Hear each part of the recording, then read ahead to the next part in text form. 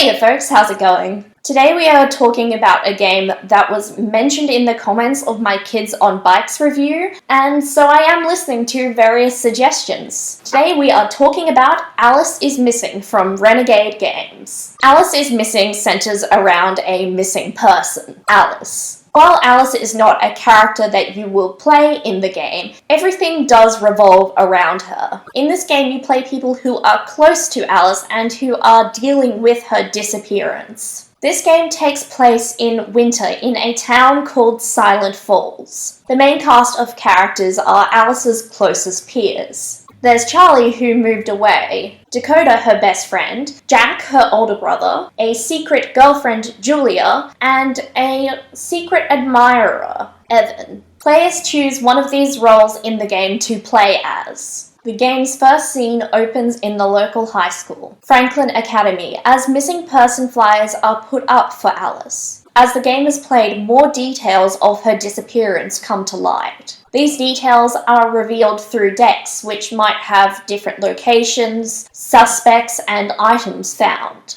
In different games, different details will rise to prominence. This is based on both the roleplay experience and the different cards dealt. Alice is Missing is played with a deck of cards that come with the game. Various cards belong to an assortment of different decks. The most significant deck is the clue cards. This game is also played on a strict timeline with different clues belonging to different intervals of time in the game. The intervals that each clue belongs to are indicated on the back of the card. The person running the game is called the facilitator, who will also take on the role of Charlie. The facilitator gets to read all the rules and do the various deck management for the game. Personally, I would, as the facilitator, try to dish out some of the responsibility of the different decks to different players. I'm just a bit lazy. There's also a very specific mechanic to this game that I have not yet mentioned. This is, in the title, a silent role-playing game. Once this game is set up, there is no talking. Players text each other in character and sometimes leave voice messages.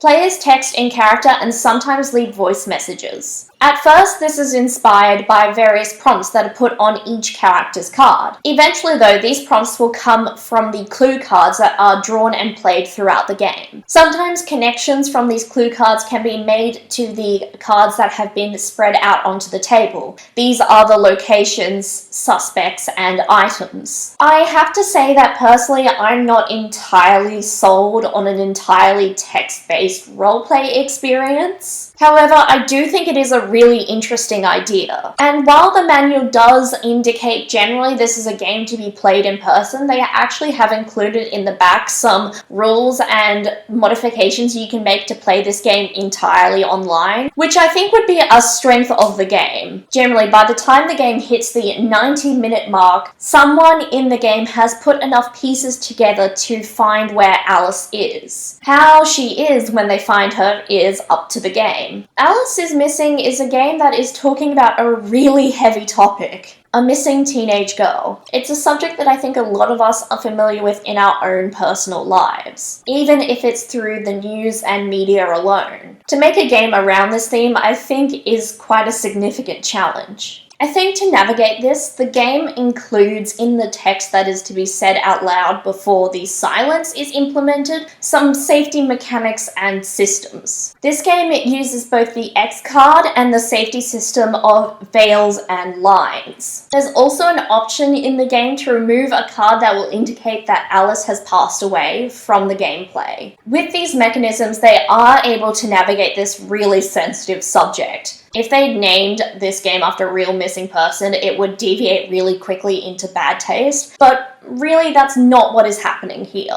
Alice in this game, I think, represents the missing teenage girl in our cultural imagination. This might be a bit complicated, but I think you guys can follow along here. Who Alice is in the game changes from each gameplay experience. Every time you play this game, there'll be different people role-playing the people around Alice who build who she is, and the circumstances of her disappearance will change too. So rather than Alice being a fixed characterization, she's going to adapt and change to how our imagination perceives her. Something else they include to sort of deal with the heavy nature of this game is they include a stipulation for a debrief session after the game. I think especially with role-playing games, we do tend to do this naturally. We want to talk about the game that we have just played together, but I think including it in the structure helps us actually remember to do so, and it does provide some guidelines to help perhaps bring to light any thoughts or feelings anyone has had. I have to say this is a very packed small box.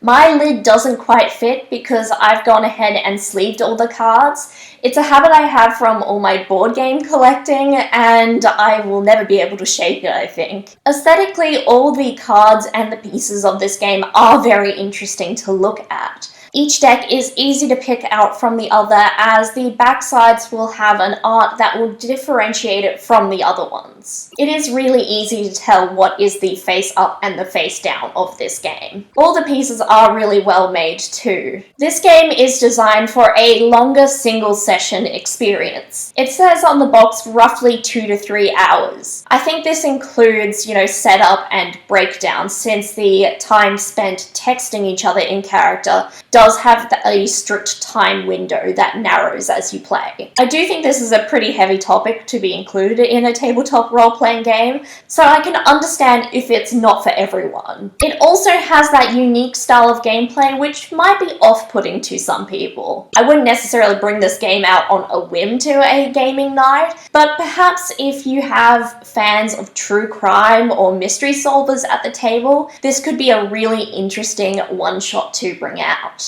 I would at least float playing this game with most gaming groups. If your group is apprehensive about playing a game about the disappearance of a teenage girl and the potential violence that implies, most of the violence seems to happen off-screen and with the veils and lines. You can really tailor it so that everyone is comfortable. I paid about $38 Australian for this small box, and I definitely think that was well worth the money. There's plenty of room in this game and how it's set up for a different story to emerge every time you play. There's also a soundtrack that comes with this game that they give you access to when you play it. It's a nice little detail that helps create atmosphere. Overall, Alice is Missing is a very interesting game. It has elements that I'm both attracted to and repelled by. It's certainly got a strong flavour. I don't think we'll see a lot of silent role-playing games follow this one. It is a really unique idea though. So I'd like to ask you today what makes a game unique to you?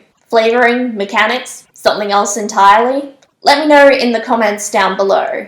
If you enjoyed today's video, I encourage you to like, subscribe, maybe share with a friend. It just encourages me to keep going. I hope you're all well, and I look forward to seeing you next time at the gaming table. Bye!